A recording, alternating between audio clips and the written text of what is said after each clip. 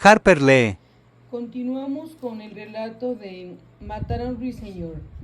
Jem fue fruto de su primer año de matrimonio. 4 años después nací yo y 2 más tarde nuestra madre murió de un ataque repentino al corazón. Decían que era cosa de familia. Yo no la extrañaba, pero creo que Jem sí. Él la recordaba claramente y algunas veces mientras estábamos jugando, él suspiraba largamente, luego se marchaba y jugaba solo detrás de la cochera. Cuando se ponía así yo sabía muy bien que no debía molestarle. Cuando yo tenía casi 6 años y Jem iba a cumplir 10, en verano nuestras fronteras al alcance de la voz de Calpurnia eran la casa de la señora Henry Lafayette Dubois, 2 puertas al norte de la nuestra, y la mansión Radley, 3 puertas al sur. Nunca sentimos la tentación de traspasarlas.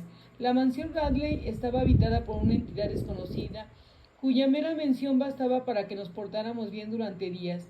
La señora Dubois era el mismo demonio. Ese fue el verano en que vino Dill.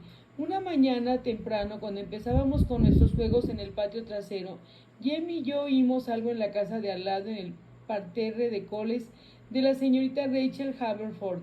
Fuimos hasta la malla de alambre para ver si había un perrito, pues la terrier de la señorita Rachel estaba preñada, embarazada, pero en cambio encontramos a alguien sentado que nos miraba. En esa posición era mucho más alto que las coles. Así que nos quedamos mirándonos fijamente hasta que él habló. Hola, hola tú, contestó Jem amablemente.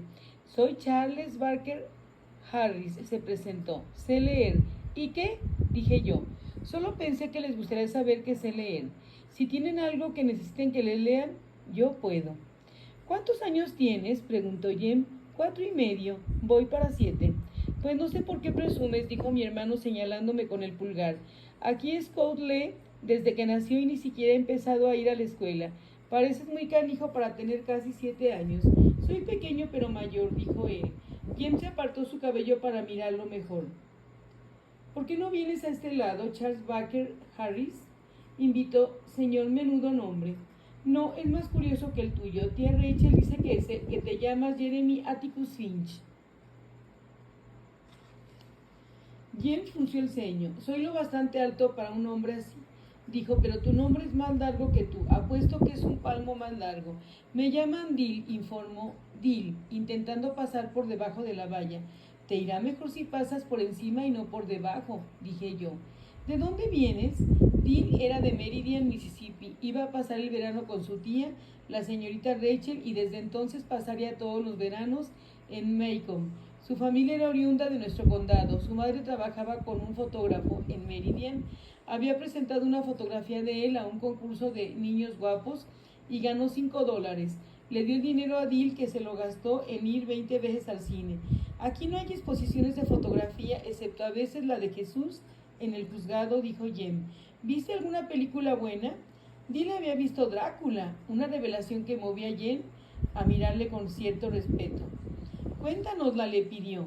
Dill era un chico muy curioso, llevaba unos pantalones cortos, azules de lino, abrochados a la camisa, y tenía el cabello blanco como la nieve, pegado a la cabeza. Parecía un plumón de pato, tenía 1 año más que yo, pero yo era más alta. Mientras nos relataba la vieja historia de Drácula, se iluminaban y oscurecían sus ojos azules. Tenía una risa súbita y feliz, y solía tirarse de un mechón de cabello que le caía sobre la frente. Cuando Dill hubo reducido al polvo al vampiro y Jem le dijo que la película parecía mejor que el libro, yo le pregunté por su padre. No has dicho nada de él. No tengo padre. ¿Está muerto? No. Entonces, si no está muerto, sí tienes, ¿verdad? Dill se sonrojó y Jem me dijo que me callase, una señal segura de que Dill había sido examinado y hallado aceptable. Desde entonces pasamos el verano en diversión constante. Por diversión constante entendíamos hacer mejoras en nuestra casa del árbol, que descansaba entre 2 cinamomos gigantes del patio trasero, alborotar, representar nuestro repertorio de obras de teatro basadas en las de Oliver Optic, Victor Appleton y Edgar Rice Burroughs. A este respecto era toda una suerte contar con Dill. Él interpretaba los papeles que antes me tocaban a mí. Era el mono en Tarzán, el señor Crabtree en The Roberts Boy, el señor Damon en Tom Sweet. De ese modo Dill llegó a ser para nosotros como un Damon en Tom Sweet. De ese modo como un Merlín de bolsillo, con la cabeza llena de planes excéntricos, extraños, anhelos y raras fantasías. Pero a finales de agosto nos aburrimos de nuestro repertorio, de tanto representarlo, y fue entonces cuando Dill nos dio la idea de hacer salir a Bo Radley. A él le fascinaba la mansión Dudley, a pesar de nuestras advertencias y explicaciones, le atraía como la luna atrae al mar, aunque no se acercaba más allá de la farola de la esquina, a una distancia segura de la puerta. Ahí se quedaba abrazado al grueso con la mirada clavada, la mente llenándose de preguntas. La mansión Dudley describía una curva cerrada más allá de nuestra casa. Andando hacia el sur se pasaba por delante de su porche. Allí la acera hacía un recódice ya paralela a la finca. La casa era baja con un espacioso porche y persianas verdes, mostrando un color alguna vez fue blanco, pero que hacía mucho tiempo se veía oscurecido hasta llegar al tono de pizarra gris del patio. Sobre los aleros de la galería caían unas tablas consumidas por la lluvia, unos robles impedían la acción de los rayos del sol. El patio frontal estaba protegido por una cerca que recordaba a una cuadrilla de borrachos en formación.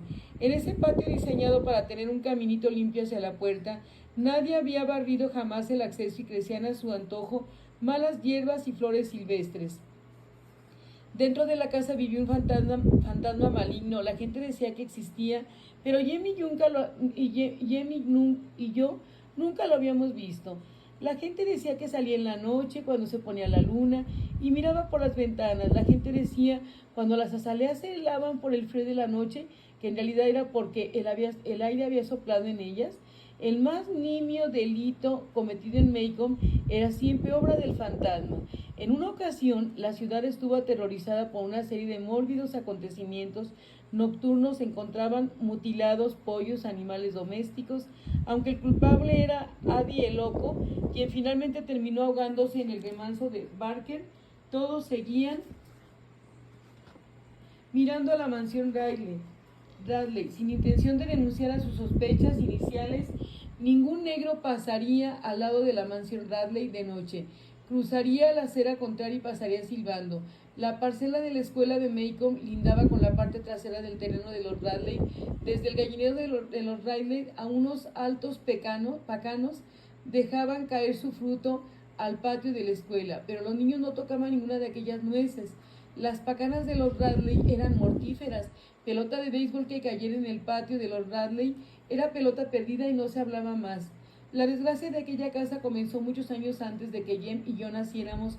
Los Dudley, bien recibidos en cualquier parte de la ciudad, se encerraban en su casa, una costumbre imperdonable en Maycomb. Ellos no iban a la iglesia, que era el entretenimiento principal de Maycomb, sino que hacían su culto en casa. La señora Dudley rara vez llegaba a cruzar la calle para tomar un café a media mañana con sus vecinas. Desde luego nunca asistía a reuniones de ningún círculo misionero. Andaba hasta la ciudad cada mañana a las 11:30 y estaba ya de vuelta a las 12, a veces portando una bolsa marrón que en la mente de los vecinos contendría las provisiones de la familia. Nunca supe cómo se ganaba la vida el viejo señor Dudley. Jem decía que se compraba algodón, una forma educada de decir que no se dedicaba a nada, pero el señor Dudley y su esposa llevaban viviendo allí con sus 2 hijos desde antes de lo que nadie podía recordar. Los domingos las persianas y puertas de la casa de los Dudley estaban cerradas, otra cosa ajena a las costumbres de Maycomb. Las puertas cerradas solo se concebían por enfermedad o frío. De todos los días de la semana, el domingo en la tarde era el momento elegido para las visitas formales. Las señoras se ponían corsé, los hombres llevaban abrigo, los niños calzaban zapatos, pero subir los peldaños de la mansión Dudley y decir hola una tarde de domingo era algo que sus vecinos jamás harían. La casa de los Dudley no tenía las típicas puertas de tela metálica. Una vez le pregunté a Atticus si alguna vez las tuvo. Me contestó que sí, pero antes que yo naciera. Según la leyenda del vecindario, cuando el joven Dudley era adolescente, trabó amistad con algunos de los Cunningham de Old Sarum, un enorme y poco claro clan que vivía en la parte norte del condado, y formaron lo más parecido a una pandilla que se llegó a ver en Maycomb. No hacían gran cosa, pero era lo suficiente para dar que hablar en la ciudad y para protagonizar advertencias públicas. Desde 3 púlpitos merodeaban por la barbería, se subían al autobús hasta Abbottsville, Los domingos se iban al cine, participaban en los bailes del salón del juego del condado, junto al río, es decir, en la posada y campamento pesquero Dead Drop, y probaban el whisky de contrabando. Nadie en Macon tuvo agallas para decirle al señor Radley que su muchacho andaba con malas compañías.